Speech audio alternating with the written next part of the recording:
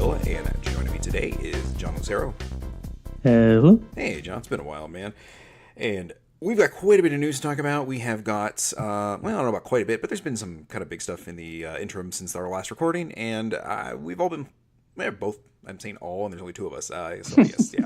It is all of us. Yeah, that's true. Everyone on this call has played quite a few bit of video games here. So why don't we kick off the news, and then so we can figure out what we've been playing, how much time we got to work with on that. So first thing I want to cover is this Nintendo Switch Online service. Cleverly called Nintendo Switch Online, which just... God, I don't know. I wasn't expecting anything too crazy because it's Nintendo, but for God's sakes, just... Anyway, so price-wise, I think this is pretty good deal. I mean, $20 for 12 months. You get 3 months for $8, or 1 month is $4, which those prices seem perfectly reasonable. Yeah. So they're kind of walling cloud saves behind this thing, which is shitty. It kind of is, but at the same time, so Xbox Live and PSN do the same thing. So yeah, it doesn't make it. It's still it's really bad practice, but yeah. you know. The other problem with that though is it is a lot easier to manage your save data from those systems. You can copy it onto a USB drive and then move it over if your console, or if you're switching consoles or whatever. The Switch, on the other hand, doesn't offer that, which is just So it's like, okay, so really the only way if I was to lose my Switch or have my Switch break and there was some sort of like cataclysmic thing with this thing for me to get my save data back is to be a subscriber to this prior to that incident, which is just bumfuck crazy as far as I'm concerned. Like I said, the Switch is a wonderful system, but the serious design flaw in that is that those save files are tied to that console with no way of you extracting them, which is just absolutely, like, I don't want to say like crazy oversight because it is Nintendo, but it is an oversight that just remarkably stupid. Yeah, they just never quite, master the concept of online stuff. Clearly, yeah. It baffles me to this day. But I don't really. After I thought about it for like 30 seconds, I was like, I'm not going to play anything online on the Switch anyway. I like Splatoon, I guess, if I ever go back to that. Get your arms. Yeah. Oh, I gotta get my arms matches in. You know, gotta do my weeklies. Gotta get your arms on. Yeah. That's what they say. Yeah, that's what they all say. I'm sure it is. That's why I said it also made me think like these people that are playing Splatoon for a year are like gonna not everyone is keyed in on industry stuff like this, so they're gonna be a little surprised when they have to start paying $20 a year to play it when it's been free. Yeah, well, I'm sure Nintendo will roll out a thing, giving them plenty of time to figure out that, oh, hey, you are going to have to start paying online for this thing. I'm sure they'll do a very good job of informing their user base. Yeah, video game companies have always been good about that. Yeah, Nintendo in particular, because it's an online thing and they've got that down pat, as we discussed. So yeah, I'm just I'm undecided if I'm even going to pay for this. So, like, I guess the classic games that they're offering are kind of interesting, but I don't have NES nostalgia at all. Yeah. So, we'll get to those games here in a second, what that service is doing. So, yeah, even me, like, they're going to have to bring a lot more for me to, like, actually want this as the replacement for Virtual Console, I guess. This is something else we'll get onto later, but, man, I don't know. This is $20 a year seems pretty reasonable. But the thing, like I said, I mean, I don't know. It's the cloud save thing that concerns me. It's just like, I kind of feel like I need it because, God, if something happens to my Switch, I do not want to lose my save data on all the shit I have. Yeah. That's my issue. It's like, it's probably worth $20 a year just for my peace of mind there. Yeah, it's something that's probably never going to happen. But if you don't do it, it's going to happen. So clearly. Yeah, I mean, I have had one Nintendo system give me any problems in like 20 years, and that was my original 3DS XL that I passed along to my daughter, and the bottom screen just flaked out for some reason. But yeah, that's been the only problem I've had. But like you said, just as soon as I don't do it, something's gonna happen to it, and it just always worries me because you hear about some of these people who have had these issues where the Switch just kind of takes a dump and they lose all of their save data and all of that. So it's like, oh, Yeah. that's great. And I've got a day one Switch, so it's like, that I'm in a minefield already just having a day one console. So Yeah, it's yeah. I mean, granted, again, it's a Nintendo Day One console, so most of the time these things are not probably. Oh, you know what? No, never mind. I take that back. I lost probably a good couple $1,000s of Virtual Console games on my Wii. Forgot about that. Yeah. I was gonna say I feel like everyone's Wii still works but Yep. Nope. Mine doesn't. So that's cool. that's it, so it like red ringed. It suddenly stopped producing picture. Ah, was it And it wasn't a cable issue? no, Okay. no. I also did unplug it from the wall, let it sit for 30 seconds, and plugged it back in. Did that? Did all that Did rigmarole. you try turning it off and on? Yes. Yeah, I sat online with Nintendo to do it, or with their little service thing, and they're like, "Okay, do." I'm like, oh, God, it's like, okay, fine, we'll do this. We'll do this. It's like, yes, I've got another set of cables. Yes, I've got another set of cables. Yes, I've got another set of cables. It's like, just come on, guys. It's like, is it your TV? Well, I don't know. Everything else on this thing seems to fucking work. But yeah, so there was just that issue of losing, like I said, a good couple $1,000s worth of Virtual Console games I bought over the years, which yeah, I pretty much for a while was buying every Virtual Console game. So I was having to clear out that fridge an awful lot. So it was, yeah. And that's, I think, maybe when I started getting a little more hesitant on that. And maybe that's why I'm going to do that cloud save thing. Like I said, $20 a year. But at the same time, they're not going to be doing Virtual Console games. It's like, oh, great. I mean, now it's at least linked to an account, whereas before, like, I'd have to, send it in and see if they can get the data off of it to bring over to another Wii. And at this point, it's like, it's not even worth I think it's like $80 to get it fixed. So, Huh. Yeah. Because that was well past warranty. Because I got a launch day Wii, so yeah, it was. Anyway, so I have had two Nintendo consoles kind of crap out on me in 20 years, and one was not a big deal. The other one was a very big fucking deal to me. So. Yeah, I mean, at least we can always take solace in the fact that N64s will be here past the nuclear apocalypse. Yeah. So. That's because nobody uses them, so they will continue to function in prosperity forever. So anyway, some of the other things with this thing. Oh, God. Man,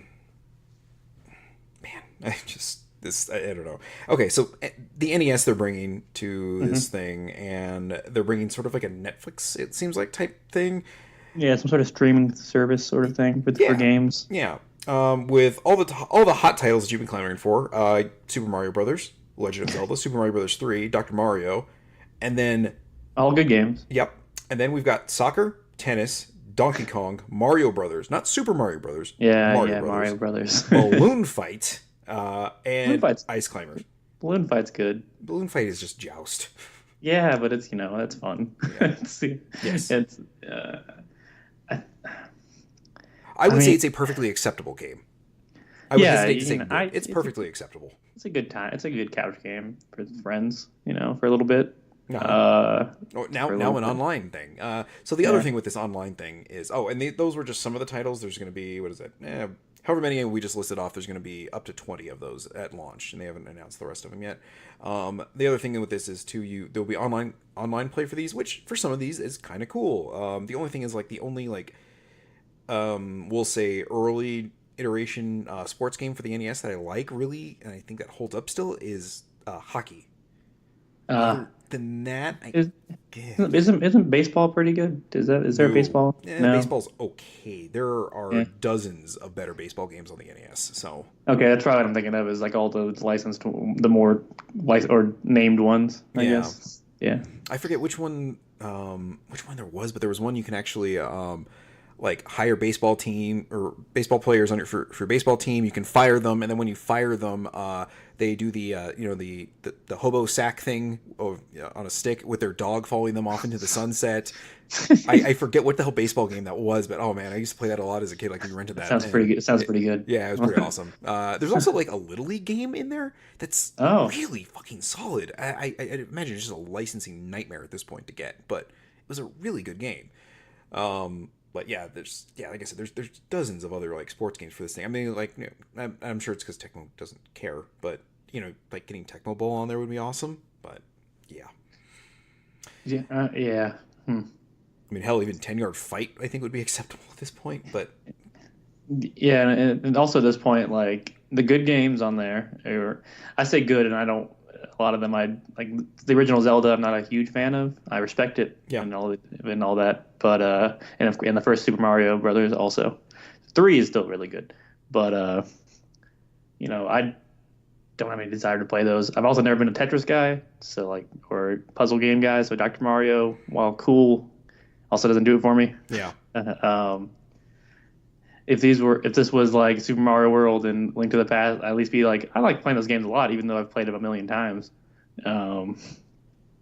It's just, yeah, like the NES games just don't like the NES Classic never interested me.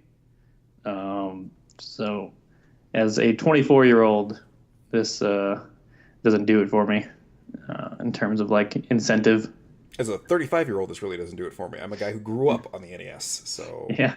I still have my childhood NES, sitting in the other room connected to my CRT TV.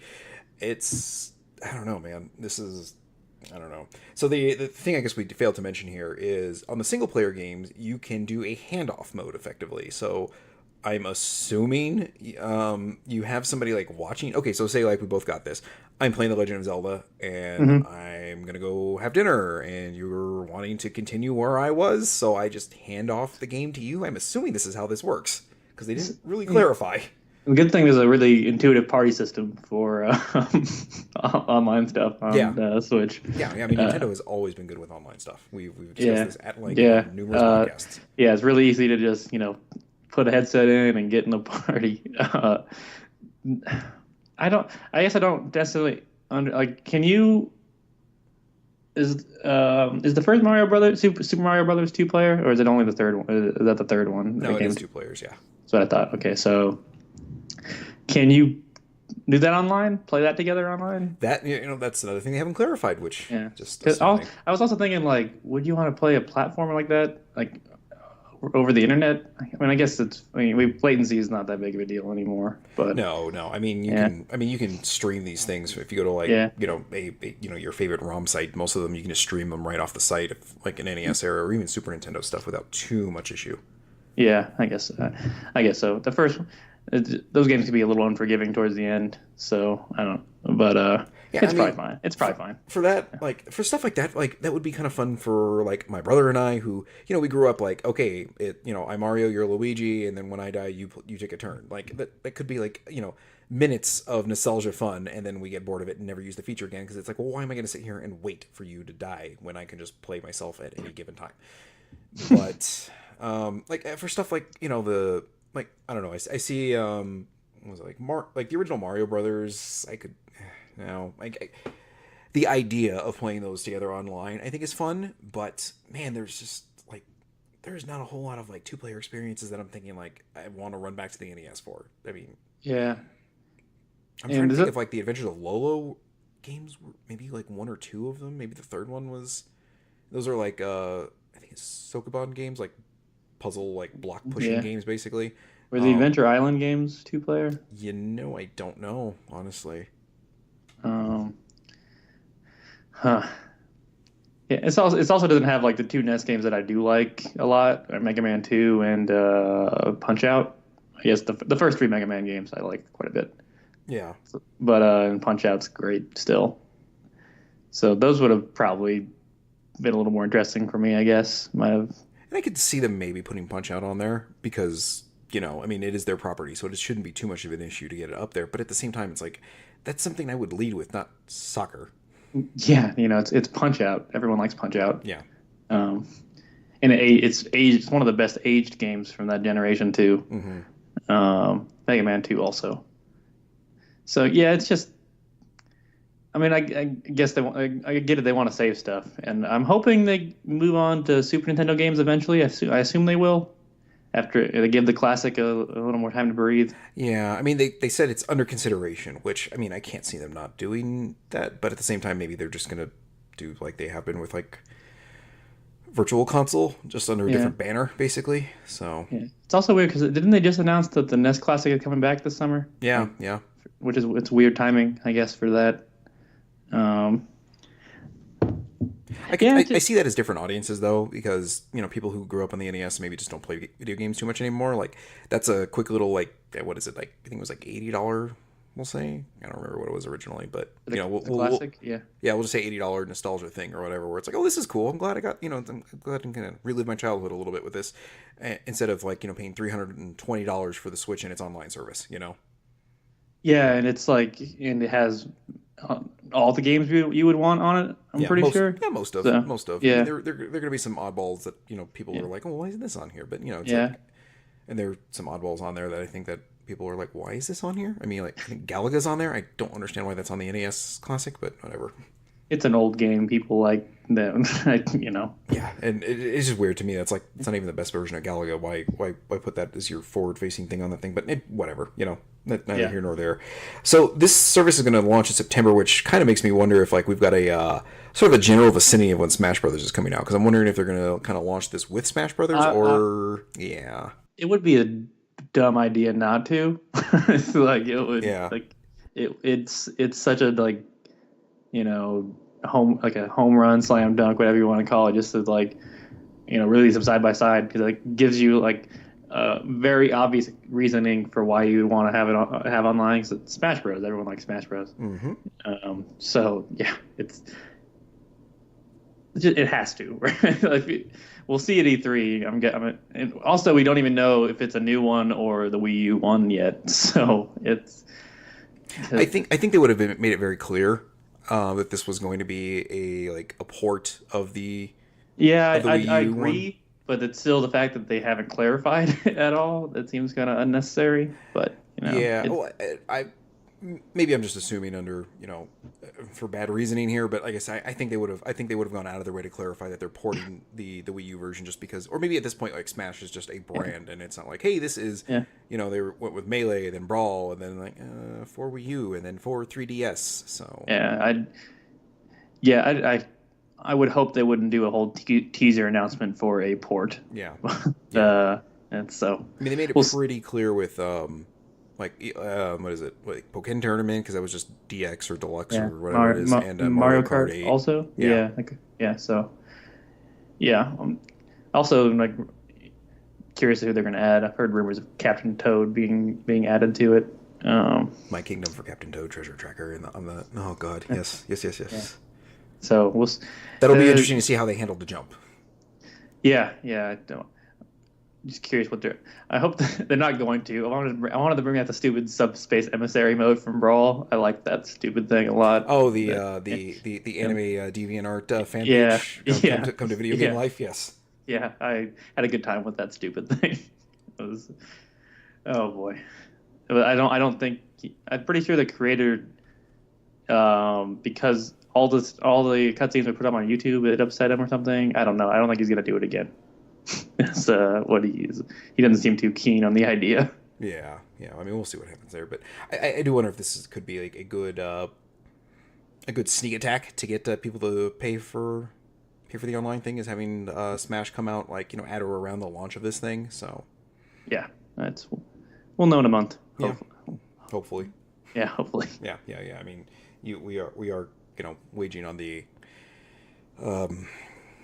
intellect of Nintendo. That's gotta be. It's gotta be a pillar of their direct, right? It's gotta be. You would think. Yeah. You would think. Yeah. At the same time, it's Nintendo, so God only knows. Yeah, they're gonna have that. Prime 4 seemed to be a pretty big rumor that for next year, and Pokemon. So we'll see. Yeah. So the other thing they're doing with this is like offering game discounts, which if you've been using the 3DS and checking out their discount thing, man, don't get too excited about that. So because their discounts kind of suck. But anyway, I think that wraps up with that thing there. We talked about the NES Classic coming back this summer or fall, or I forget when. Doesn't really matter. It's coming back eventually. Just keep an eye on things, and yeah. Also in Japan, they're coming out with a Famicom Gold with which I think is cool looking, but the games that are on there, they're all like Shonen Jump property things, and like I want one just for the look of it, but man, I don't actually care about the games that are on that thing. So yeah, it does look good. Yeah, I've always loved the look of the Famicom. I think it's like a very cool looking system. I like the colored buttons a lot. Fan of those. Are you thinking of the Super Famicom? Yeah, I'm thinking of Super Famicom. Yeah, because I'm talking about the Yeah.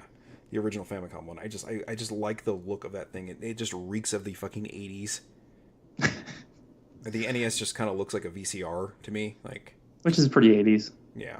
It's got the weird rectangular controller like with edges on it, which is a weird weird decision, but Yeah. Hey, let's make this so it's uncomfortable to play after 3 minutes. Yeah, I do remember having like these like gouges in my palms from that thing when I was a kid. So they realized the next time around when they with the next controller, but yeah, and actually the Famicom's controller has slightly rounded edges. They're still a little bit more hard cornered, but they're at least a little round. They're not just 90-degree angles. So. Yeah.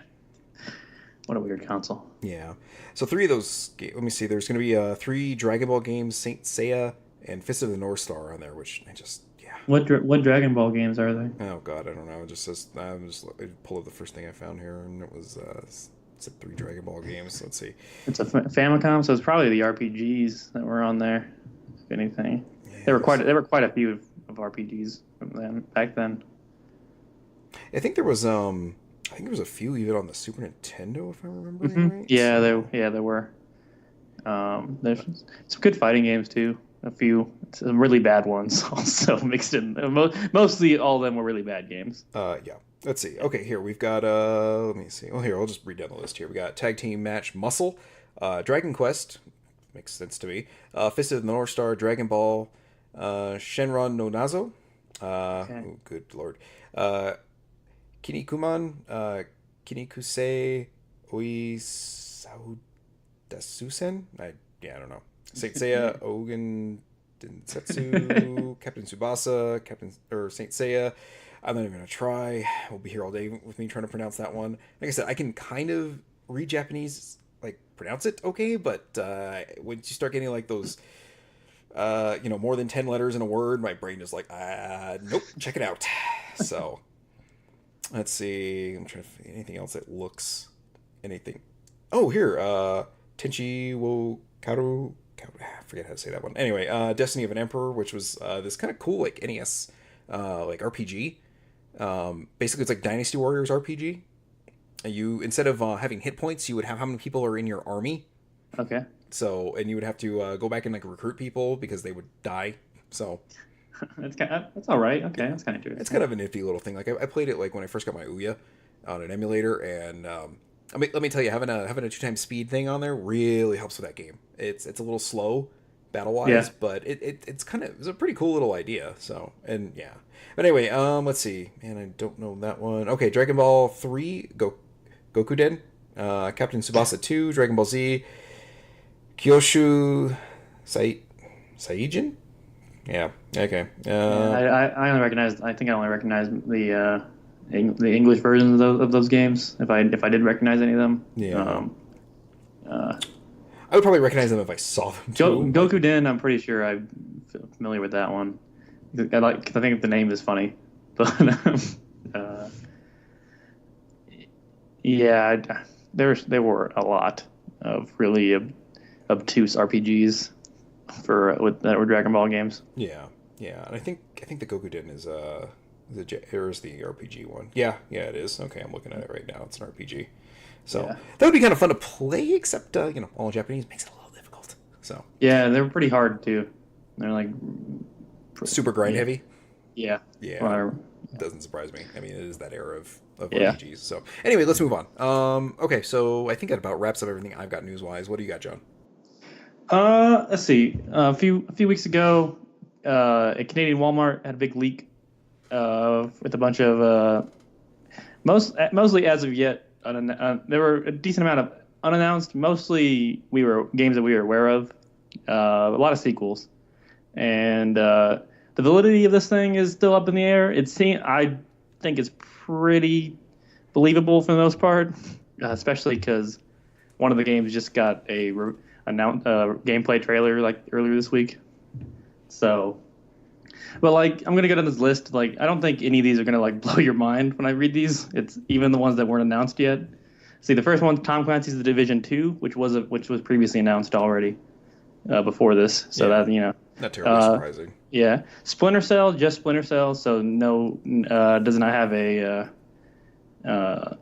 different name at the moment. Yeah, subtitle at the moment. Yeah. And that one I'm actually not too surprised at, just because they got Michael Ironside to voice Yeah, Sam yeah. Fisher in Ghost Recon Wildlands, which was a weird thing, and they really made an effort to like kind of push that in Wildlands, and like it seemed like a weird fit to not have him come back and do something. So it's like maybe they're like, well, we've got you recording, why don't we go ahead and throw you in Wildlands to promote that a little bit. So yeah, I would be surprised if we didn't have a new Splinter Cell by next March. By the end of fiscal year. I'd comfortably put money on that we're gonna have a new one relatively soon. Last one was Blacklist, which was like 2011, 12, something like that. It's been a while. Yeah, it's been a while. Insurgency Sandstorm, which I think Insurgency is it's like a series on Steam, maybe. As I don't recognize that one at all. That's like the one that I have no idea what it is. I know the series just like by name, but I don't think I have any familiarity with it. Screenshot wise. I'm gonna guess it's a military shooter, maybe. or an RTS. It's one of those two. So, Last of Us 2, been known about for a while. Yeah. Sony already said like back in December that they weren't talking about it until E3, and it's going to be one of their 4 pillars with Spider-Man, Ghost of Tsushima, and what's the 4th one? What's the other one? It's a super obvious one, and totally escaped my mind. Spyro. Yeah, Spyro. Okay. it's you got it. It is Spyro. Shit, I can't. I'm really, it's really embarrassing. We should really tell you about how well known Sony is for its kind of platform pillars, basically. Yeah. They're apparently it's only going to be those 4 games. The 4th of which I can't remember now, and I'm going to punch myself in the face earlier when I finally remember what it was. Yep. Just Cause 4 unannounced. Not surprising, but there was like I hadn't heard anything about it. And you know why they're doing it? Just Cause. Nailed it. Yep. Got him. Avalanche is actually working on one of the games. It's on Rage 2, the other game on this list. That was like the one that like people freaked out about. It's freaked out in a way that's like, really? Yeah. Oh wait, you're putting time and effort into that? Okay. Yeah. I enjoyed the first Rage for the most part. It played really well. Like it had a lot of problems. And its ending is just awful. Doesn't it like end on a cliffhanger too? If I remember. Yeah, it's a cliffhanger. I didn't actually play it. Gore played it and reviewed it for the site and was telling me it just sort of not pulls an Empire Strikes Back, but sort of does that with no real ability to attach yourself to any of these people. So it's like, oh, okay, cool. Yeah, it. I just remember it's Death Stranding. That's the 4th game. that's the 4th one that's going to be at E3. All right, I'm not going to comment. Go ahead. Yeah. So it's coming next year. Let's see what it was. With all of Final Fantasy VII Remake. Yeah. The first Rage. It had been like 7 years since Doom 3, so it'd been a while since an id shooter had come out. Mm-hmm. So I was really in the mood for one, and it like I said, it played super well. Like the enemy animations were fantastic. Like their death animations were pretty varied, and they reacted really well to that. The mega texture was cool, except for the fact that a lot of textures just would take forever to just load in. Like it was a good looking game at times, like a really good looking game at times, and at other times it just the technology. Yeah. But I think it was locked at 60 too, which was pretty crazy for a console game at the time. Yeah, it's always been very good at pushing the limits of console. I mean, the fact that they made the original Doom work at all on the Super Nintendo is pretty impressive. So yeah. So it knows technology.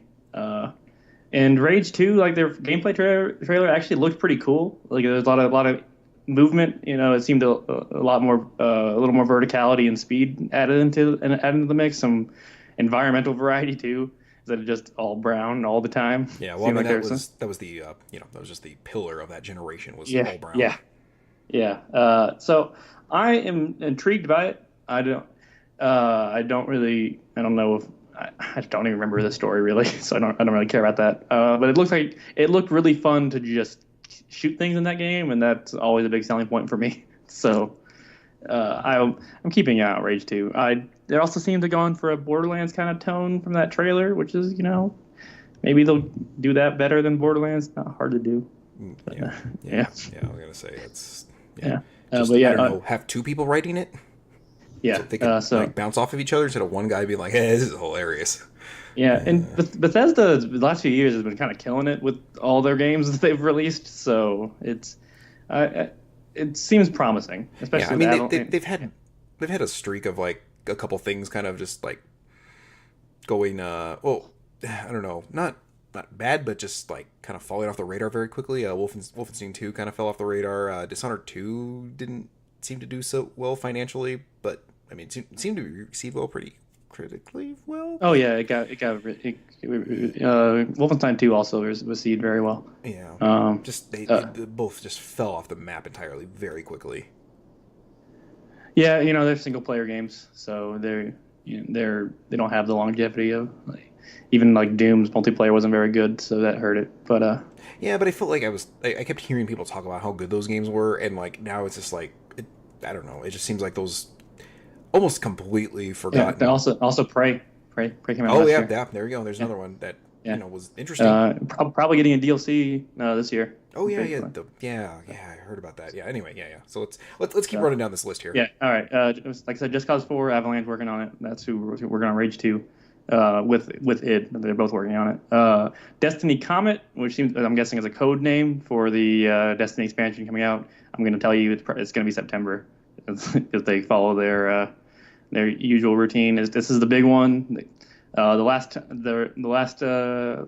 expansion this time they released was the Taken King, which made me like Destiny, and you know much I like Destiny, so Taken King was very good. I hope it's the kind of expansion that was, just it really changed the game for the better in a lot of ways. A lot of content. Just made it a game you could recommend to people, and it turned it from one of my most disappointing games to one of my favorite games within a year. So Final Fantasy VII Remake is what it's titled on the site. I'm guessing it probably it's unclear whether they're still making it that episodic or not. I would say they would have to, otherwise that's not coming out till 2030.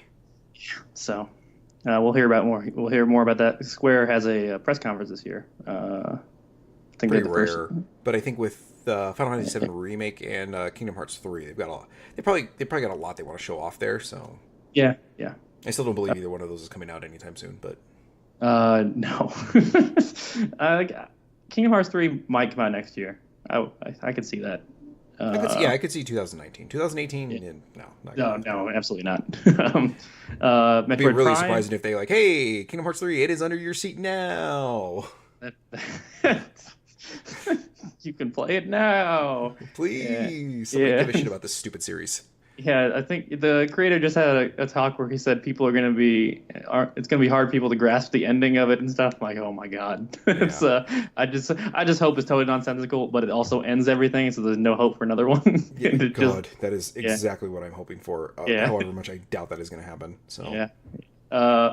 Final Fantasy VII Remake, Metroid Prime, no 4 at the end. I believe they had 4 in their teaser they did for it, so. I'm gonna assume it's still called 4. I think that's coming out next year. We'll see, but they're gonna need. I mean, they need games. So yeah. Beyond Good and Evil 2, it's coming out in 4 to 17 years. So I already talked about Rage 2. Assassin's Creed, no subtitle. I'd be surprised if they put Assassin's Creed out this year. Honestly, I feel like they should stick with their every other year plan. We'll see. Yeah, it was such a nice break. Mm-hmm. So, I mean, I'm gonna have because I still haven't played Origins, and if they put one out this year, I'm probably just gonna wait to play that one, whatever it is. So I'll have had a 3-year break between Syndicate. I think was the last one I played. So yeah, we'll see at E3. Gonna blow your mind with these two: NBA 2K19 and WWE 2K19. Oh, holy hell! Yeah. Oh, real quick. I found this thing I was looking for it while you were talking there. It was the Kingdom Hearts 3 ending according to Mike Drucker. Goofy tearfully hugs Donald. Yeah. Goofy, I'm so sorry. Kingdom Hearts is bad. Donald, I agree. This game series is not good. I retweeted that. I was like, yeah, that's all I want in the end of that game. Yeah, just feel like, oh god, we wasted like 2 decades on this series. Yeah. So Jesus Christ. okay. Yeah, sorry. All right. I had to get that out there. So yeah. Dragon Quest 2, which I think is supposed to be Dragon Quest Builders 2. yeah, it'd be really weird if they threw in the mobile versions of Dragon Quest 2 on the PS4. So yeah, it'd be a bold move. yeah, actually, I think the first one or the third one is on the PS4 in Japan. Like it was like bonus for buying 11. I bet the third one that'll be that one. Yeah, that's like the really popular one, right? Is 3. Yeah, the third one is. Yeah. Super Smash Brothers. Already knew about that. We're guessing September when they launch their online service for that. Definitely it better come out this year. Yeah. It is Borderlands, Nintendo, but Borderlands 3, which is not going to be E3 according to Randy Pritchard. Pritchard. I forget. Pitchford. Gearbox. Yeah. And that game has been rumored for years. Like everyone knows it exists in some form, but it's worst kept secret in the industry. Yeah. I don't how far along it is unclear, but it exists in some form or the other. Lego DC Villains. I've never really liked the Lego games. They haven't really done it for me ever. The first Lego Star Wars was okay. I enjoyed that. Yeah, I played that quite a bit, and I'm trying to think if there was any others that really. Oh, I've heard the third one or the third Batman's pretty good, but yeah, and then some of the superhero ones I've just heard are good. So more Lego. Dreams, which has been talked about, also been talked about for a long time. Oh, isn't that whatchamacallit? Whoever makes Media Molecule. Yeah. It's their game. We're used to. Yeah. That was originally like a Move game, and now it's a PS4 game. So, yeah. I think it might be a VR game now. I could be making that up. It seems like you dream it to be. Yeah. Okay. I get it now. Unsold on the shelf is what I'm dreaming it's going to be. This next one is a bold choice. It's Forza Horizon 5, and the 4 never came out. So yeah, they're skipping. I think it's pretty bold to just shoot right to 5 with the Horizon series. Oh, no. What they're going to do is 4 is going to be a very quick reskinning of Automobilista. They're just going to on XBLA and just call it Horizon 4, and then they're going to put out 5 and be like, look, we improved quite a bit in 2 months. So. And then they're going to load it with microtransactions a month later. The Horizon games are cool. I like them more than the regular Forza or Forza. I say Forza.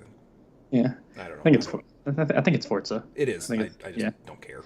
Okay. So. And then Gears. It's Gears 5. Language, fuckers. Anyway, go ahead. Gears of War 5. That's definitely coming out this year. Which is also a bold move because they skipped 4, right? No, 4 came out. That's right. Yeah. Nobody remembers that. Okay, I didn't even know it. Yeah, 4, they fight robots and shit in that game, and then the Horde is still there. Eventually, I think it's Gears. Yeah. I also expect Halo 6 to come out this year. I'm gonna be honest. I think they're both coming out. Remember when they were on an alternating schedule of Gears one year and then Halo the next? Yeah, but it's been 3 years since 5, Halo 5. Has it really? So, yeah. Right. Jesus. Yeah, 2015, and Gears came out in 2016. I think you're right. Yeah. I've played Gears 4 Horde mode. I didn't play any Halo 5 because I don't have an Xbox. But they're games that I enjoy, but they've never pulled me towards, especially Halo, since the last few have not really pulled me. Yeah. When I was out with my hip surgery, I went through a thing of I played the first 2 Halos and I got about halfway through 3 and I just kind of lost interest. So I liked 3 a lot. That's my favorite one. But I spent a lot of time playing multiplayer in that, a lot of custom games and stuff. That was the most time I ever played Well, no, that was the last time I really played Halo multiplayer, like with any sort of effort. You know what cut me off from Halo multiplayer? Well, let me just tangentially get this out of the way real quick. Was I was playing online and one kid found out because I was playing with another buddy from GameStop and we happened to mention working at GameStop, and one kid overheard it and said, "Hey, maybe you can help me with with this issue I've been having with my controller." And I'm like, "Well, sure. I mean, we're not tech experts, but happy to help." And told me that the vibration on his controller was stuck and it was just constantly rumbling. And I was like, "Well, you might take the battery pack out, desync it, try syncing it back up." And he was like, "Oh, that's a good idea. I haven't tried that." But the thing is I have it shoved up my ass and I kind of like it. And I was like, "All right, well, I'm done." So that was my final experience with Halo 3 Online. So Yeah, that sounds like a classic Xbox Live experience to me. yeah, pretty much. So yeah. Anyway, gotta love the classics. Yeah. So yeah, that's the list. All pretty believable. I think none of them really shocked me at all. Except that, even the unannounced ones. Except Horizon 5, but yeah. So that one's that one blew my mind. Guys, 4 not going to be good enough, so we just skipped right to 5. We canceled 4 to make 5. Yeah, Rage 2 is also surprising in a way, but they also spent a lot of money on on the tech for that game. So you gotta and there's some good. There's still I'm sure there's still some good stuff in there. I wonder how much of that tech they're reusing at this point, because that is a fairly old game at this point. And I mean, they've made a couple shooters since then. So 7 years. But I think some of the animation tech could still be used. I'm curious about Rage 2. That trailer looked pretty good and gameplay wise. So that's all that. And then the last thing I want to talk about, Call of Duty Black Ops 4. Sorry. Black Ops 1, Black Ops tally. I was gonna say you mean Call of Duty Black Ops I. Yeah, it's they did their reveal trailer for all the stuff. There will be no single player campaign or no traditional single player campaign, but they keep emphasizing there will be a single player training sort of campaign mode, sort of like I get a original Titanfall. Yeah, I was just gonna say, oh wow, they learned from Titanfall, huh? Okay. Yeah, so in this case, I assume they're gonna go with that. But to make up for that, they seem to really be expanding the multiplayer suite, which was, to begin with, they still have one of the biggest total game packages around. Yeah. And bang for your buck, Call of Duty always delivered, even if you don't like Call of Duty, you gotta at least admit that. There's a lot of game in there. So yeah, the multiplayer, they're changing some stuff too. They're pulling back from their mobility stuff they added into 3, their Titanfall stuff that they added. It seems to be they're going for more grounded stuff. Regenerating health is no longer a thing. You have to go heal yourself, I believe. There's some co-op. They're adding co-op missions in, and then they're bringing back the hero characters from Black Ops 3. So they seem to be going for a more tactical feel with this for a Call of Duty game. Seem to want to make it more team oriented than it has been in the past, by combining abilities and stuff. I'm sure it's still gonna feel like Call of Duty, but I think maybe this will be the change they've been looking for. Just tweak it a bit. Yeah. But the big addition is Battle Royale. That's what which is a thing that I am curious about, because I'm curious as to how the time to kill in Call of Duty is going to translate to a game mode like that, because you die fast in Call of Duty it's that's kind of the Call of Duty thing is you die fast, you respawn again, and you run around and kill, and then it's just a cycle. It's very quick. It's it's like sugar, It's kind of been the loop for the past decade. Yeah, just kind of go for that quick hit thing, basically. Yeah. So yeah, Battle Royale. It's called Blackout is their mode. They're gonna have vehicles in it. It's gonna be a huge map. They have not said the player count yet. They said they're still trying to decide on the final player count for it. Yeah, it's. That interests me. I like the idea of Battle Royale games. It's the only one I've been able to really play is Fortnite, and that game doesn't feel good to play. So maybe I will enjoy that with Call of Duty controls, which are some best in the business shooter controls. So yeah, it's this has me more interested in Black Ops 4 than I expected it to be. Black Ops I. Really need to fucking. It was a really dumb decision. Why did they do that? Yeah. Every time we talk about this off the air, but every time I see it, I just see 3. My brain refuses Yeah, to compute that there's. Yeah. It's just come on, guys, really. especially because they picked the same color scheme as 3, so it just like immediately I think of Black Ops 3. And I didn't even play that much Black Ops 3. I didn't really like it that much. So yeah, I was expecting to skip Call of Duty this year, honestly, but this reveals has kind of got me back into it. I will be checking it out October 12th, which is still really weirdly early for Call of Duty. Yeah, I'm wondering if they're trying to get out ahead of the holiday rush there and try to like extend sales out somehow that way. I mean, it's going up against Battlefield 5 this year too, because they announced Battlefield. They're at least I think the reveal trailer is this week for Battlefield 5. After we're recording this. Were they talking about it being World War II? I don't know if it actually said that. I feel like everyone assumes it's World War II. Yeah, that's just the rumor I heard. I hadn't dug into it too much because it's called really Battlefield care. 5 though, which is why I might. Oh, is it okay? Maybe that's so. It might not be, but I don't know because they called the last one Battlefield 1 and for World War 1. Yeah, but they can't call it World War 2 because Call of Duty just did that. So maybe they'll call it World War 2 because Call of Duty called it WW2. So that's right. Oh, that's right. So maybe they'll go full write it out there. Yeah. Yeah. So a lot this fall. Possibility of Battlefield Call of Duty for sure. Possibility of Gears and Halo to go along with that, which would be like the first time since like 2012 that's happened. So that's and it's also like the fifth Battlefield, the fifth in that line of battlefields. The sixth Halo, the fifth Gears of War, and the 27th Call of Duty. Technically sixth Gears because of Judgment. Right. I forgot about Judgment. Yep, everyone does. So yeah, you're right.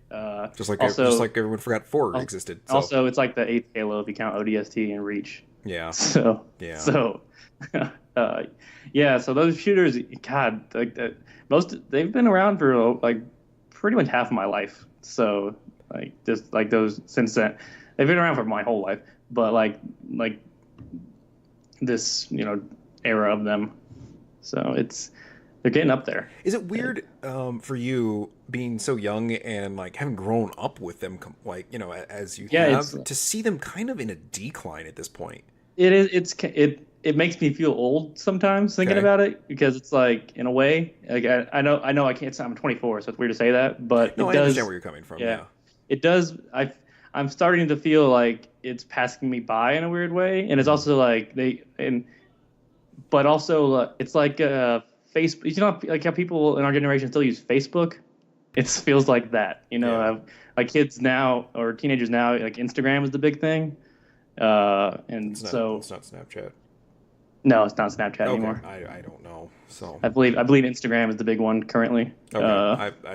I've kind of just gone to Twitter and called it a day basically. But yeah, like I had my 9-year anniversary of Twitter pop up the other day. Sorry, just yeah. I'm on 4, I think, pretty soon. Yeah. I got Twitter relatively late. So yeah, because Fortnite is like the biggest game in the world now. Mm-hmm. So it's just I'm curious, and like Call of Duty's chasing Fortnite. It just added a battle royale mode. It's crazy to. Yeah. For me, it's even weird to see PUBG and then all of a sudden Fortnite's eating its lunch. So. Yeah, I mean PUBG is still doing really well for itself. Yeah, it's still got it feels like it's fallen completely out of the zeitgeist. Like it's crazy. I listened to Bob and Tom, and they were talking about Fortnite on Bob and Tom, and I'm like, these are like 50-something-year-old people talking about their kids or their grandkids playing Fortnite. It's like, Jesus Christ, It's like Fortnite makes me feel old too because it's like I don't like it that much. Mm-hmm. Like it doesn't. I get it almost, but it feels bad to play. Like I get that it's free and that the battle royale thing is new for a lot of people. Like it's been around for a while, but it's for hardcore PC games mostly. So I do like the battle royale idea, but it doesn't feel good to play to me. Like my whole group of friends agrees too. Like there's like we all played it together and we all like just didn't have a very good time. Yeah. And it's just kind of it's crazy. Like this game is huge. Mm-hmm. It's like it has bled into the mainstream so quickly, and Yeah, like I feel like PUBG was just sort of like hitting the ground, and it's like, well, this is the big thing, and then Fortnite just came in like, guess what? Fuck you! It's all about me. It's like, oh, Jesus Christ, hi Fortnite, how you doing? yeah, and it's like I'm talking about being interested in like Call of Duty, Battlefield, Halo, and Gears in the fall, but like they're not going to do close to what Fortnite's doing. Maybe Call of Duty, but yeah, it's just changing times. Yeah, I mean, for me, it's very weird to see. Like, I mean, I don't want to say like I've seen the sort of, I don't want to say fall because these series still sell millions, but it's just like the sort of like seeing them go from nothing to like this gigantic peak top of the world series, and now they're sort of on this like steady decline, getting killed by this free to play game. Yeah, Just like it's maybe combining them across all platforms, they might equal Fortnite. Yeah. Yeah, and it's the developers' fault. They have let those games grow stale for too. They let them grow stale for too long. Yeah. And then something else came up. So now they're while Call of Duty is starting to get more interesting again. It's because they're playing. It feels like catch up is why. Yep.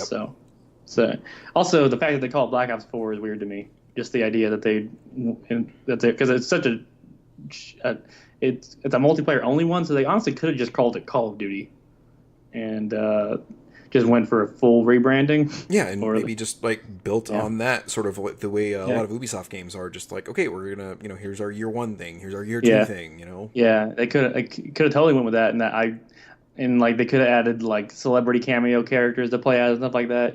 Just like really make it a service. So they could, but. I also get the Black Ops thing because Black Ops 2 is the best selling game in the franchise still. Really? But Wow. 2 sold a lot of. 2 is fucking huge. Okay. But 3 didn't set the world on fire, so it seems like a weird choice to just stick with Black Ops, the Black Ops name. It's name recognition. But you could just call it Call of Duty. It's not. There's enough brand recognition, which is that. So yeah, and I guess we'll figure out what Battlefield's gonna do in a week or so. I think I'd just want a bad company. I don't really.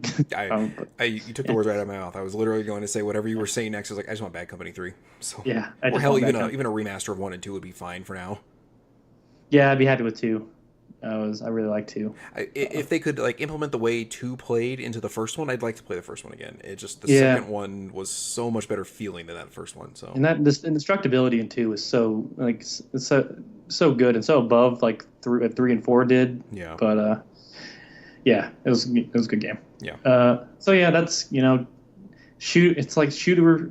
All the shooters come out this fall, and it just feels like it's been not even 10 years and it's not even an event anymore. It's like remember when Call of Duty? Remember when it was Battlefield 3 versus which Call of Duty was it? Modern Warfare 3, and like that was like a big thing because they were going head to head. Barely, so, because I was out of retail GameStop wise, and those series never have really done very much for me, so it was kind of like whatever. That was like peak Call of Duty versus Battlefield. Oh, okay. So that was around the time I started to fall off though. So yeah, that's all I got there. All right. It's just like I said, for me it's just weird, like going from seeing the rise of Halo, going to GameStop and having the guys that work there have an Xbox plugged in and then playing it on Legendary, the original one, to what it's sort of become this almost joke of a series at this point. Like people are like, like I said, a Halo 6 is probably going to come out this year. They haven't even teased it, and I still feel like it's probably going to come out just based on time. So if I'm remembering right, 5 had a pretty quick like turnaround on it too. It came out 3 years after 4 did. Okay, well, I mean, like after its first reveal, basically. Yeah, well, if I remember, I feel like I thought they teased him in like the cloak a lot, or that was 4. Never mind, that was 4. So maybe you're right. Yeah, I don't know. Because Yeah, five like the squad stuff and the TV show also going along with it at the same yeah, time. man. Yeah, that was when Microsoft was doing that big multimedia push. That and stuff like was Yeah, it Quantum Break and man, yeah. remember when people thought that was going to be the future? Oh God, I'm glad we fell off that wagon. Whew, dodge that Saved our bullet. hard drive so much space. Oh God, yeah, Gosh. I am terrified to actually go in and reinstall Quantum Break because I'm just like I do want to play that eventually, but Like man, those episodes are huge, like yeah, individually. yeah, So just to like get the full experience, it seems nuts. yeah, yeah, and by all accounts, those episodes aren't very good anyway. So, Yeah. which surprise, I'm not.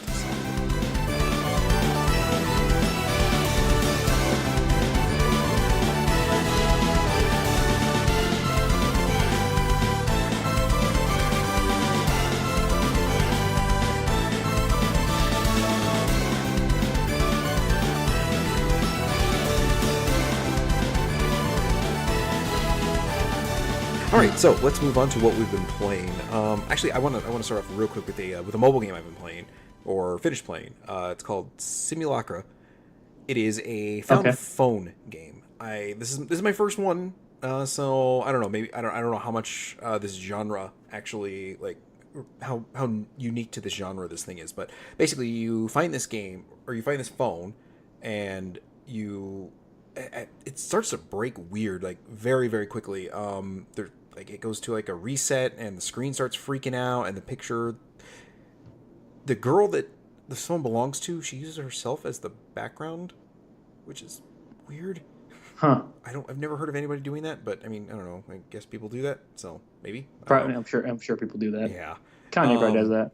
So like during the first like freak out of it, like it does that weird thing of like it looks like kind of like a meaty skull or whatever, like in like very quick flash of it. And you're like, oh, it's weird. But the thing that really kind of gets me about this thing is how good of like integration it does with your actual phone. I mean, I'm assuming it probably feels about the same on an Android or whatever. I'm doing this on an iPhone, and I would be playing it, and I would forget that I'm not actually, you know, using it to or using it like as it's in my phone. The interface is just like that well ingrained. Like if you used a smartphone, you can play this game. That's the wonderful thing about this thing. It's pretty cool.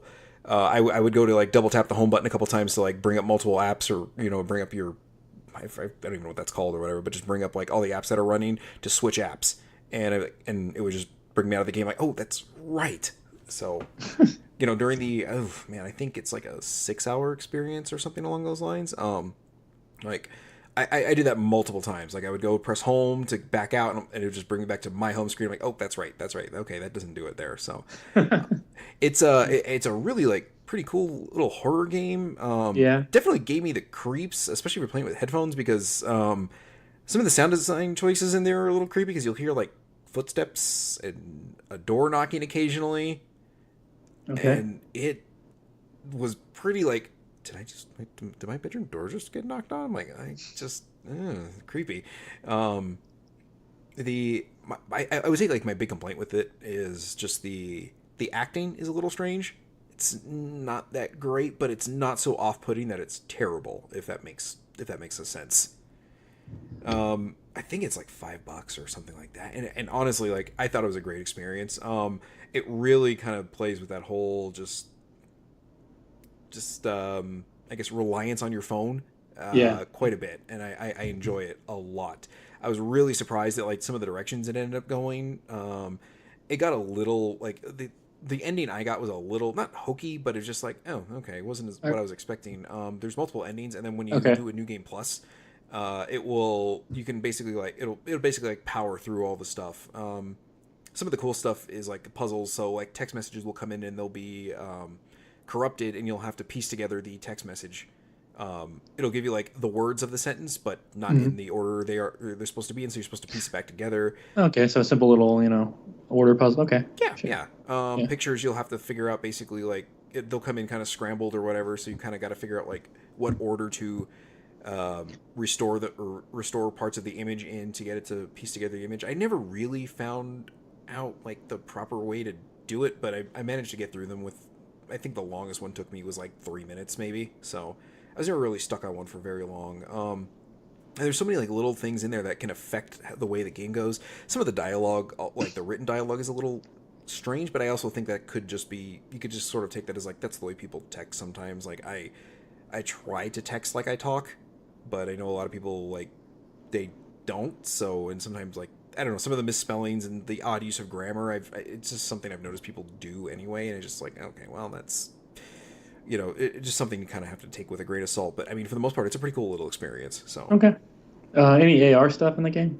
no, Okay. no, it is completely just your phone, and I think it's, like I said, I think that's why I dig it so much. It just, you get so ingrained in your phone, thinking that like oh, this is where it is, and it just, yeah, it completely hooked me into what it was trying to sell. So like I said, I like it a lot, and the voice acting, or just the acting in it's it's not terrible, but it's also not like perfect or whatever. So Okay. it's we'll say B tier, I guess. I mean, that's better. That's better than I expected. I guess I figured it would be pretty bad. But, No, like I said, it's not terrible. I mean, we're talking like maybe it's better than like early PS1 voice acting stuff for sure. So all right. So anyway, why don't you go ahead with whatever you've been playing next there, and we'll kind of try to rattle these off. I wanted to 30 minutes. Yeah, I wanted to just talk really quick because I finished God of War. Just want to talk about that. Really, really, really enjoyed it. Fantastic game. The combat, especially the first third of the game, the combat was felt a little too samey. But as you unlock more stuff and you get your second weapon in that game, like the amount of depth in the combat is pretty fantastic. There's just so many different combos that you might never ever use just because there's so many of them to choose from. And you can really tailor your playstyle to certain ways. The story I enjoyed. I more enjoyed the character moments than the actual story itself, which was a pretty simple, like take your mother's ashes to the highest point and then spread them was like the main plot, and you do that by the end. And but just like the character interactions, I loved all the side characters, which I never would have in a million years expected. How well written and fun they are to just interact with, and. But yeah, the Kratos Atreus relationship, I think, is going to be the deciding factor on how you eventually end up feeling about the game. It's the main crux of the game. So if you buy into them, however, end up buying into them. If you do, though, I think that will pull you through. Okay. But the complaints wise, I think the RPG elements are a little too half baked. They feel like they could have used another game to, which they're going to get one. So, they're just like some of the way you get XP. Your XP is currency basically. You spend it to unlock stuff. Okay. And eventually you just you keep getting it and you can't spend it at all. The loot system is a little. It could have been organized a little better. And some stuff could have been explained a little better. There seems to be finite amounts of certain components for crafting stuff, which can be and they don't really make that clear.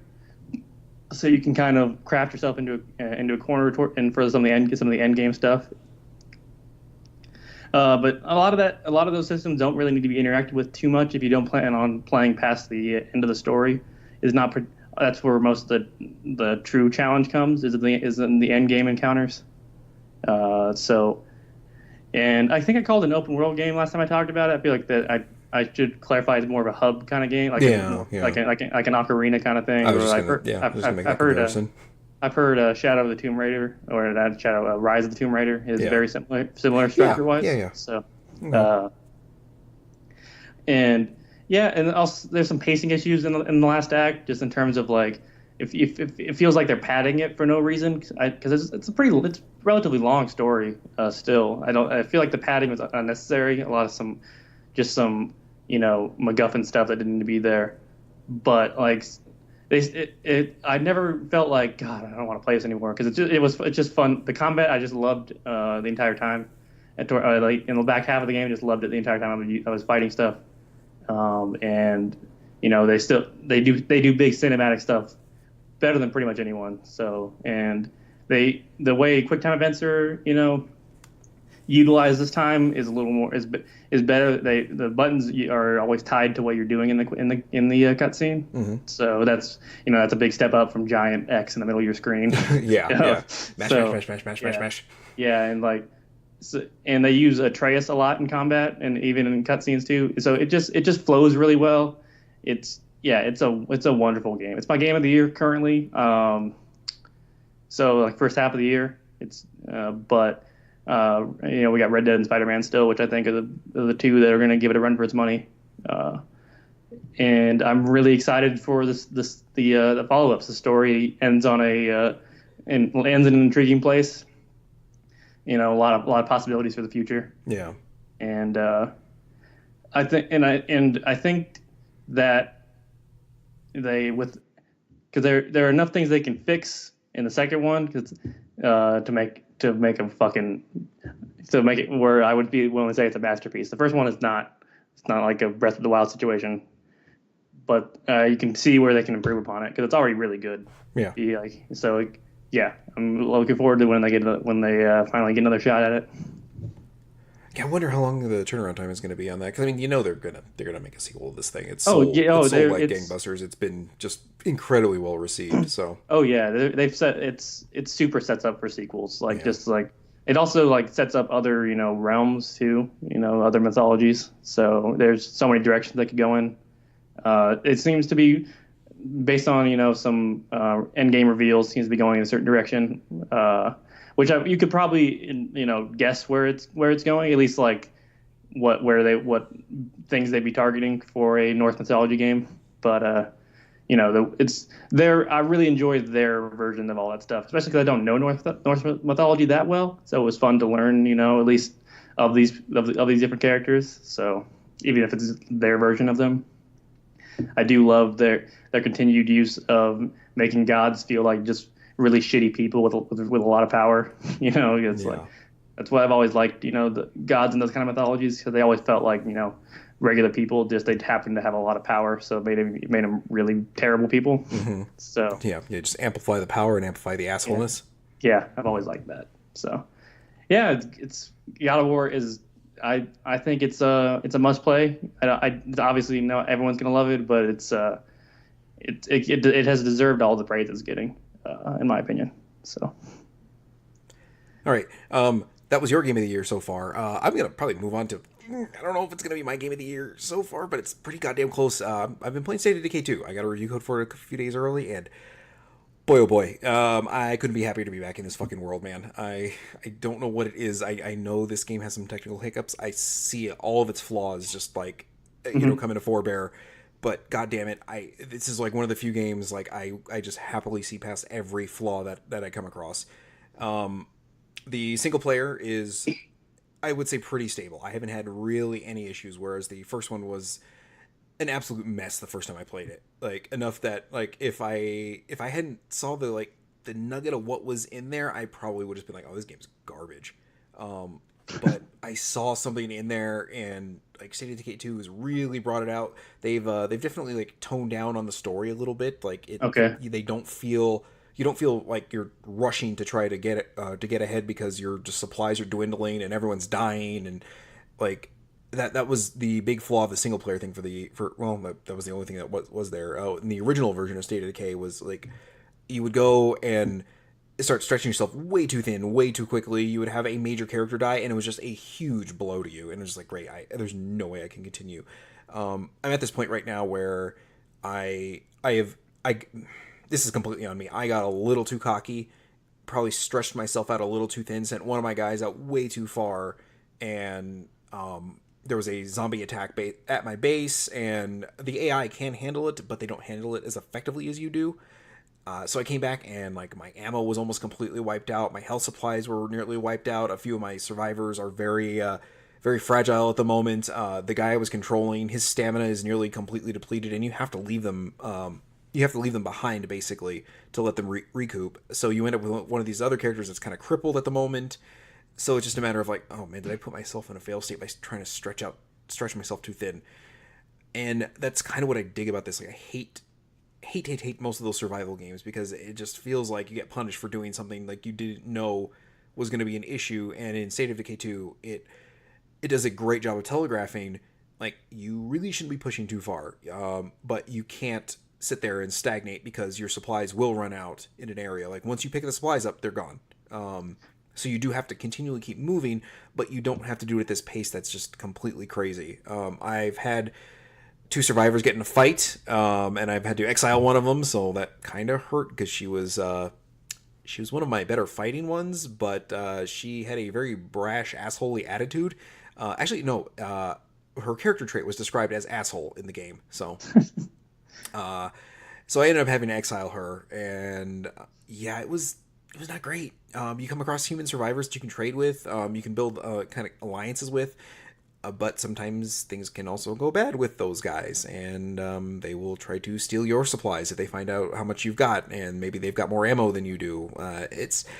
There's a lot going on in this game, and the fact that it is not falling apart at the seams astounds me. I played, I'd say maybe an hour of multiplayer, and there were some technical hiccups in multiplayer. I definitely see where a lot of these reviews are coming from, where they're like, saying the game is falling apart at the seams. And that's a multiplayer. And man, this was the big thing for State of Decay 2 was multiplayer, and it really kind of bothers me that they didn't nail it, or at least come up with something a little. Yeah, especially people complained about the technical issues in the first one quite a bit. So It seems like they should have, really nailed that for the second one. Yeah, and like I said, in the single player, it seems fine. There's some some real minor technical hiccups that aren't a big deal. Like I was telling you off the air before we got on, or when we first got on the call, there's a part of one of my bases where I walk in and I'll leave the front door open in the house, and I'll leave and I'll come back and the front door is still visibly open, but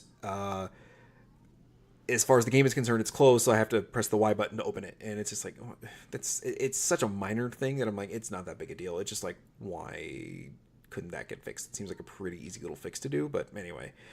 Multiplayer, yeah, I had the ground fall out from beneath me one time, just driving, and like I fell out of the car and just plummeted, which I don't know what happened. I was like, okay, that's cool.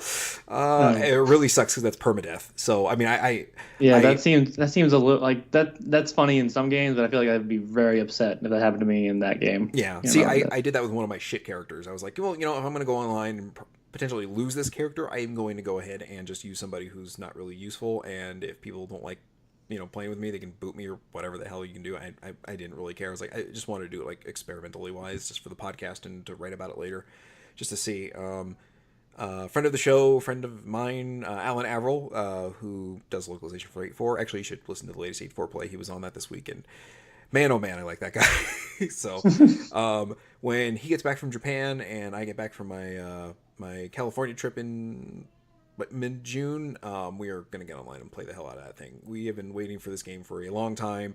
It was very flattering. I wrote the impression / review of it when I went for the first one, and he said very nice review, and I just was like, oh, Senpai noticed me. I mean, it's really cool to have a guy who worked for Nintendo Power and wrote Nintendo strategy guides like tell you that, and you're like, oh, okay, cool. I'm not terrible at this. Right on. It kind of makes you feel good. So. But man, I am super excited to actually play this with a friend instead of just 3 randos. So yeah, I watched a lot of this game be played now, at least a few hours worth of it over the past week, and from different sources. And God, it's just one of those games that it's like, oh, there's so many things that I want to like here, but there's also like just quality of life things that just like turn me, like the amount. Like individually, they're like whatever, but like the amount of them that are there kind of turn me off more. Yeah, just like like the fact that to switch between characters, you have to like go up and talk to them individually. It just seems unnecessary. Just like little stuff like that, or having to. Oh no, there's you can just press select right bumper twice and then pick the character or pick the survivor there. Oh, or was I thinking of when you do like a story mission with a survivor, you can't switch off them, right? Though that's like the thing. Right. Yeah, that seems a little weird. Also, having to lug stuff individually back to the same spot every time seems. I feel like when you enter the base, I would like if they just put supplies out, little stuff like that. Yeah. But I think big thing that I think misses the mark for me in terms of what I want out of a zombie survival kind of game is like I wish there was. This is like a Sisyphean task too. I want like more writing in a way, not like I don't want structured, but just more of the character relationship kind of stuff. I just wish I want it to be I want it deeper. I want that to be the depth of the game instead of like some of the other juggling the management stuff. I wish there was less of that and more juggling character interactions and personality stuff and like people dealing when like characters die, just like having to deal with that, just stuff like that. Just I want, and like I said, it's a humongous task to put that amount of procedural writing in a game like that. And I totally understand, that's not in the cards for most developers, but that's the kind of game that I want. I want this. I want my own. I want to feel like I told my own story in that kind of game, and I want to be a little more connected to these characters because the permadeath thing does that on its own too. Like I talked with a friend of the site, Connor Hood, about permadeath a little bit on Twitter earlier in the week because State of Decay brought it up in his mind because that turned him off of the game is the permadeath and permadeath when done well I think is for this kind of game is key. I feel like this game would not.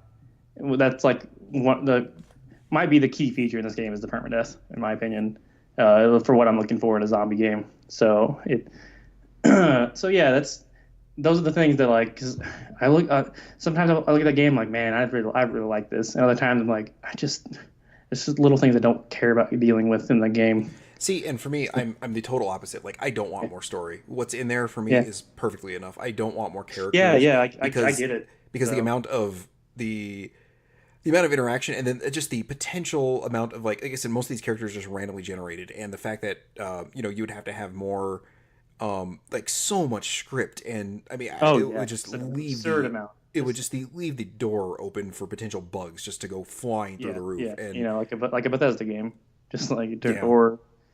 But yeah, it's like that's my pipe dream game someday. It would probably take a bigger studio than Undead Labs. I mean, Undead Labs. Sure. I think what they've tried to accomplish, I think they did very well outside of the online thing. They did something for a guy like me who's more into the systems and more into the mechanical aspect of the game, not really that concerned with the narrative of the story. There is a story to be told there, and each character, each set of characters that you start out with has their own little unique thing of like why they're together and whatever. I've only been through the brother and sister one so far, but it's they banter back and forth a little bit with each other, especially when you're traveling, and they'll like talk to each other in certain ways that they don't interact with other characters. And I appreciate that, but they do have to leave it open for like at any time these characters could die. And for me, like, I don't know, like, and I don't know if you entirely got or at least to me, what your point was on the permadeath, if you were, like, enjoyed that aspect of this or did not. I do. I'm sorry if that wasn't clear. But yeah, that's a part of the game that I really do enjoy. And that's that's what makes it even harder for writing that because you have to, that's what I mean. Like, I want because I'm okay with everything else in the game if I had that. I also want like the driving around this fucking shithole community and trying to get resources and stuff, but I want to if they just had like a little more reaction from characters and stuff, like a little more. I just want it to feel like more of a community. In a way, it's kind of hard to explain because they do still do that with and I think it's about as much as you can expect from a game, honestly, of this kind. Yeah, but it's like my someday game, I guess. That would, it's, just get attached to your community. So those deaths feel even more impactful. Yeah. I totally understand where you're coming from. As far as like the permadeath thing goes, like, I don't know Connor's take on it. It sounded to me like he was not a fan of permadeath. It seemed to be the thing turning him off of State of Decay, honestly. I understand where he's coming from with that, but, for me, permadeath is normally a turnoff if it is an individual character. Yeah, same for me. That is your game over.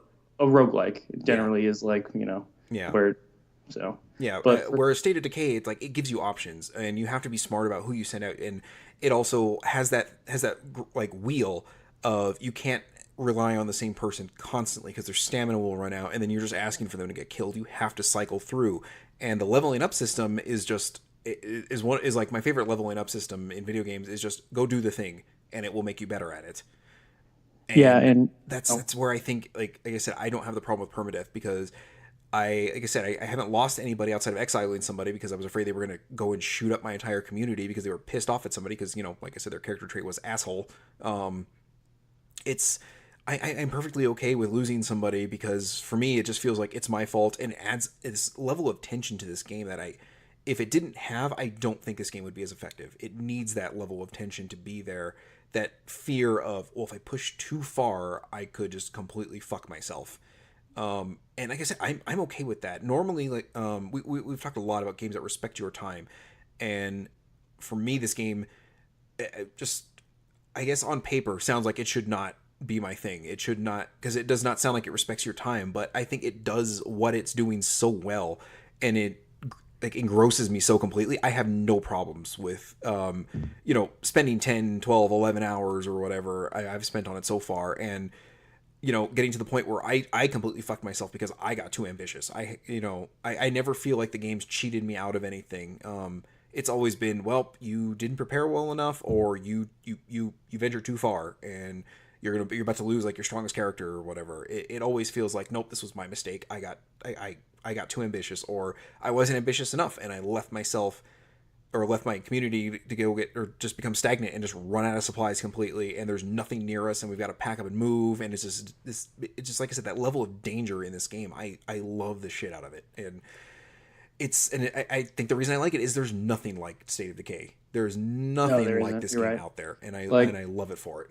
like a weird thing is like I feel like XCOM is it has a very similar kind of loop to it. You can kind of like you can, that's what I also that's the permanent that I also like there. So like that kind of like making individual characters matter and not having to like I said, like when your best soldier is fucked up, you gotta use your other guys too. So that I appreciate that kind of stuff. And when I was watching, and speaking on the other like your good characters dying, like I was watching a stream, and he was his characters were pretty low on fatigue, but he decided to make one last stop in a place, and turned out it was a a little outpost for some humans that were not friendly to him.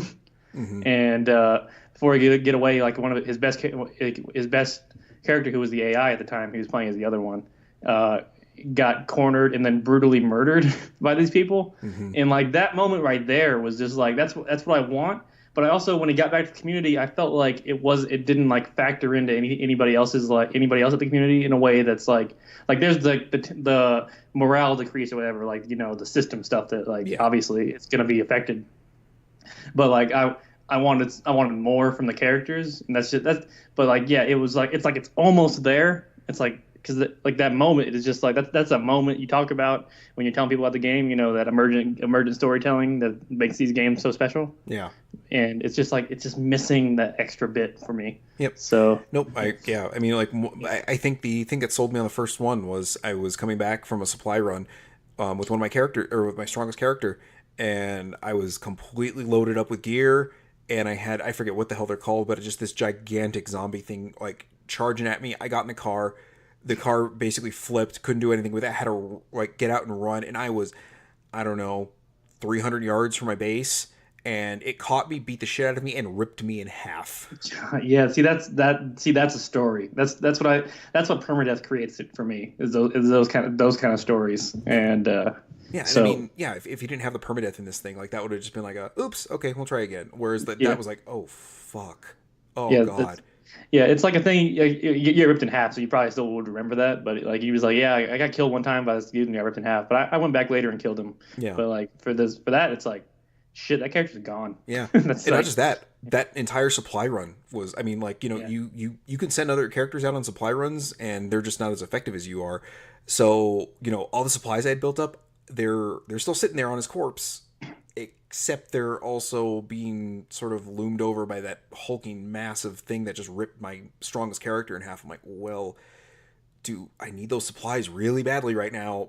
But I don't know if I'm strong enough with anybody else to take a chance. So do I go send a couple of like, scrubs out after him and take the hit on those people dying, and then I'll get the supplies, and then I've got enough supplies, and I've also dwindled my community enough that the supplies will last me longer, or do I just try to move on?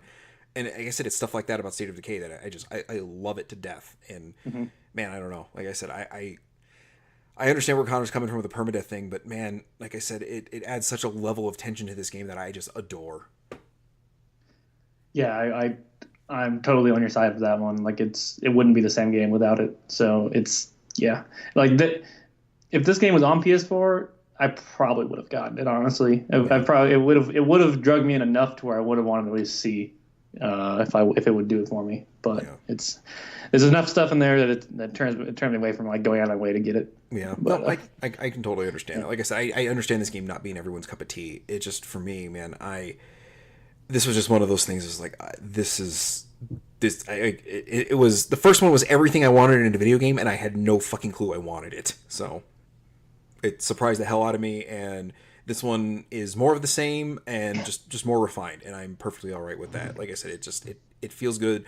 The frame rate's fine. I mean, it's nothing like the first one was, where if you turn the camera around, more than 90 degrees at a time, it would just stutter and turn into a jagged mess. I see they went with a lot of motion blur from what I could tell, and they're like panning stuff. So I assume that was like to combat the frame rate stuff. So and that's for the better in the end. Yeah. A bad frame rate can really kill a game for people. So. And something I adore in video games, especially something with the game of this, it is dark as shit at night in this game. Yeah, I saw that too. Like it's like you see the zombie eyes, maybe, if you're lucky. Yeah.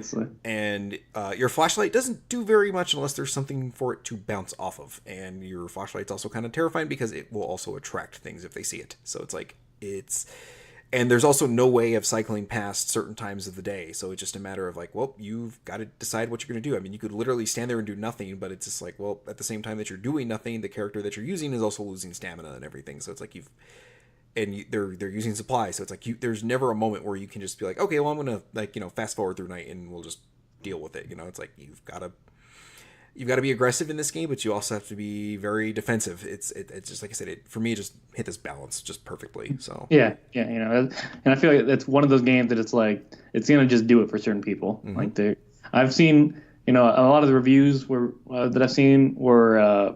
Relatively middling, I guess. I wouldn't say bad. They were just like above average.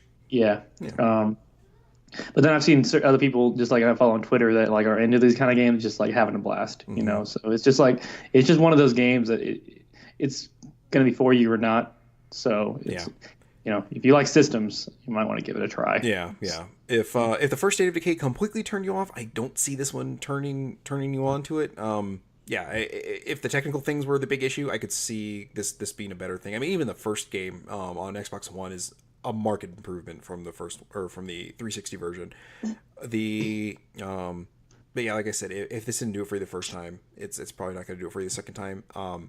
If you're like me and this was like one of like almost a generation defining game for you, then yeah, this is more of what you're looking for. And like I said, I'm going to have a hard time tearing myself away from this thing. I am struggling very much. Like, I've got to get this game done, or at least, a good chunk of it done before I can write a review for it. And then I'm like, when I'm done with that, I've got to move on. And I don't really want to move on right now because I am loving this game. So yeah, I could see myself playing this until the end of the year if all things were, not. It even took me out of playing. What is it? Call of War is Gunslinger at the moment, and yeah, I mean it's something I've got to finish before I go on vacation anyway, just because it's my retrograde thing of the month. But yeah, anyway, yeah. So that's State of Decay 2. John, did you have anything else you wanted to talk about real quick?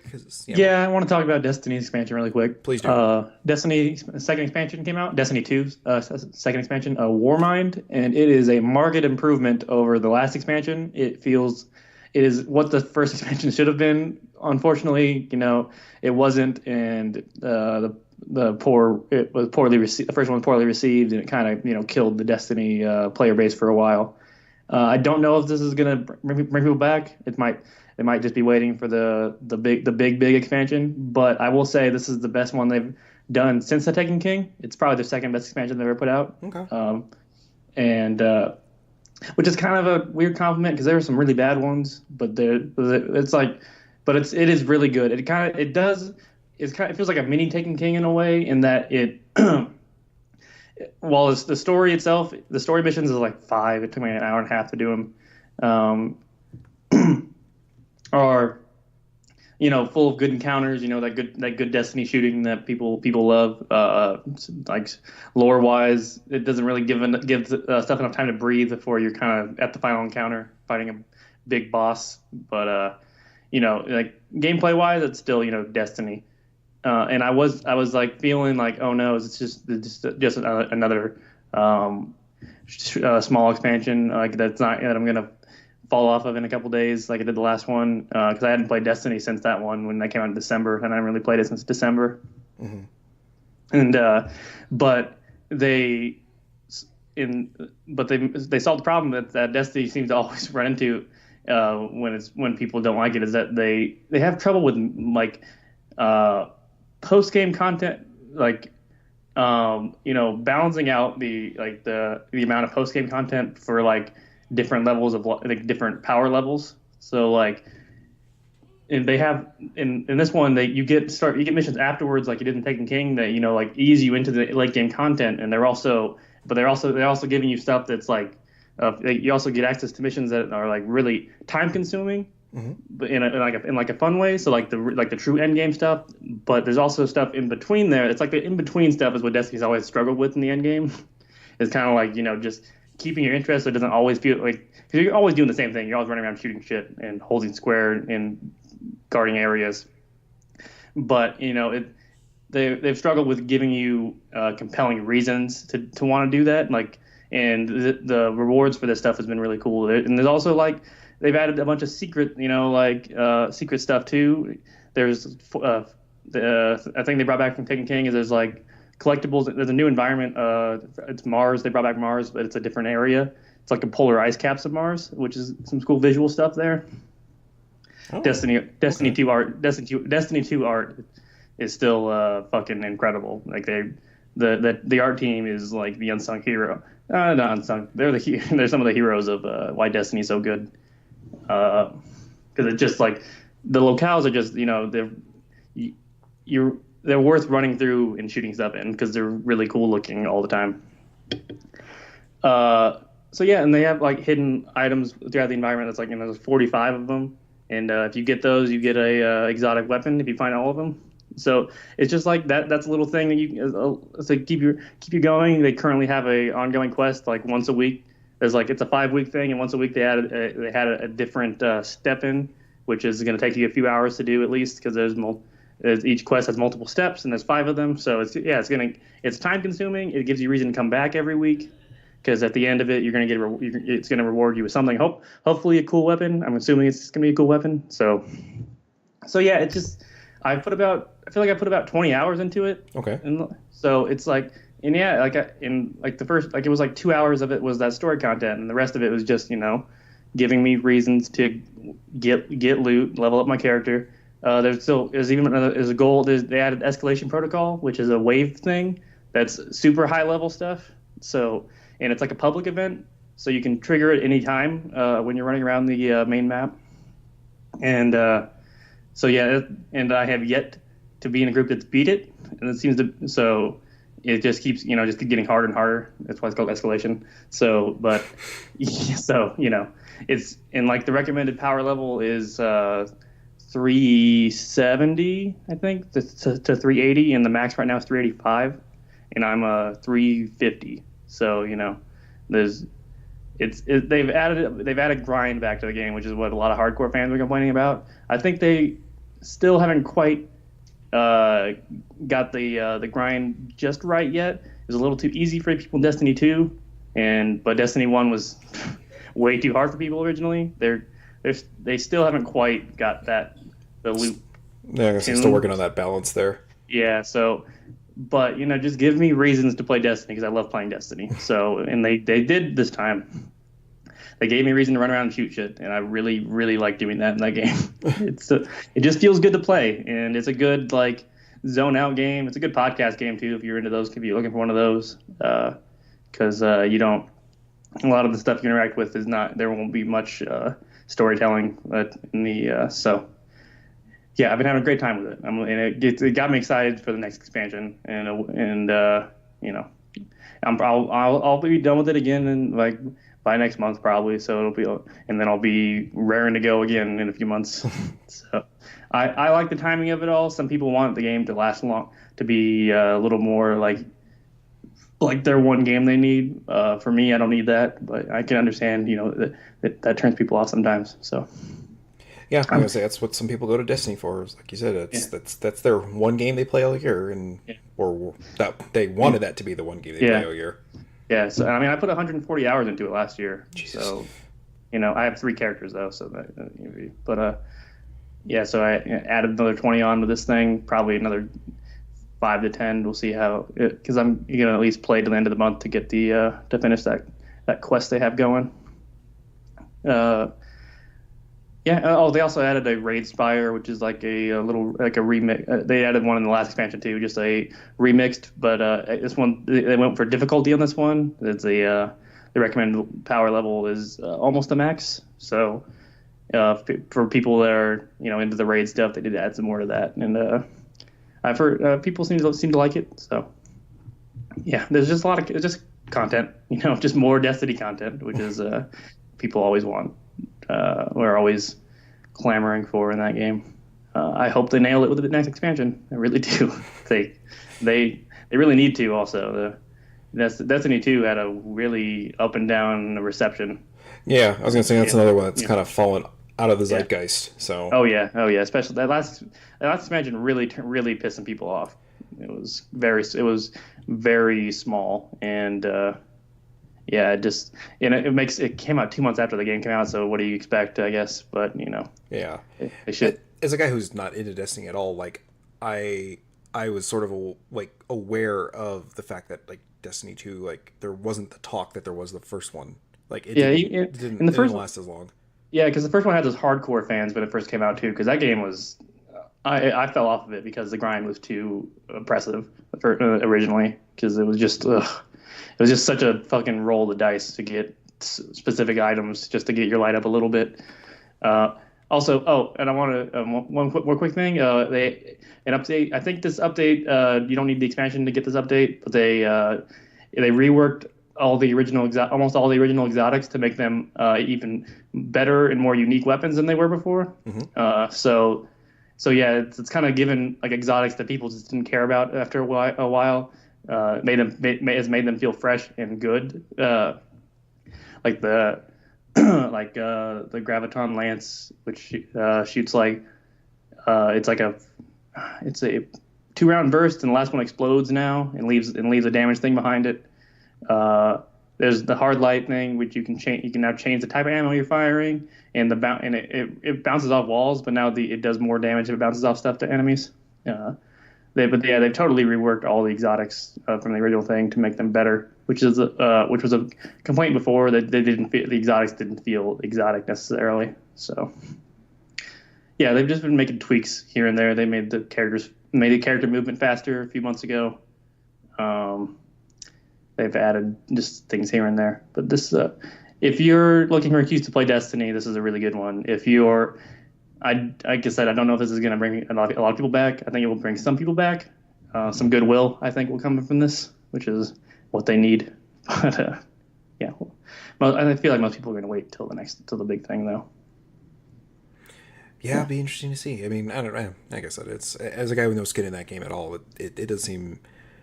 I don't know. I really hope because people who really like it, I just want to see them continue to like it because I'm at that point right now where I'm like, hey, I'm liking a game that is definitely not for everybody. So it's like, hey, I want that for the Destiny people because man. I love Destiny when it's good. Love Destiny. Yeah. I mean, you can read my original Destiny 2 review to know that I love Destiny 2 when it's good.